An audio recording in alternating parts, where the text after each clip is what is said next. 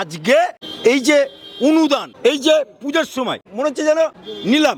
আমরা আরবে দেখেছি সুন্দরী মেয়েদেরকে হারেমে রেখে সেটা প্রচারে নেয়, কি লক্ষ লক্ষ মানুষ সামনে।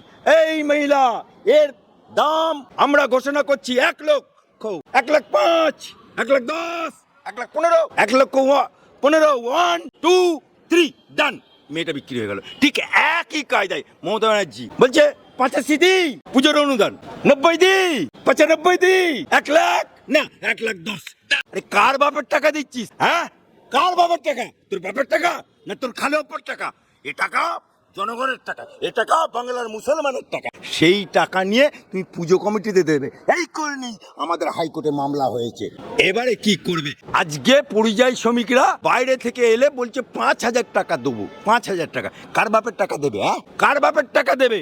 তোমার বাপ কি টাকা ছাপে চলে যাও না শ্বশুর মশাই টাকা? ও ওনার তো বিয়ে হয়নি, তা শ্বশুর করতে পাবে। ওনার চাচার টাকা নাকি না খালু আপ্পার টাকা?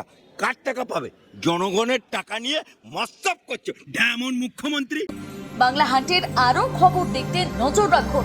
বাংলা খবর মানেই বাংলা হান্ট।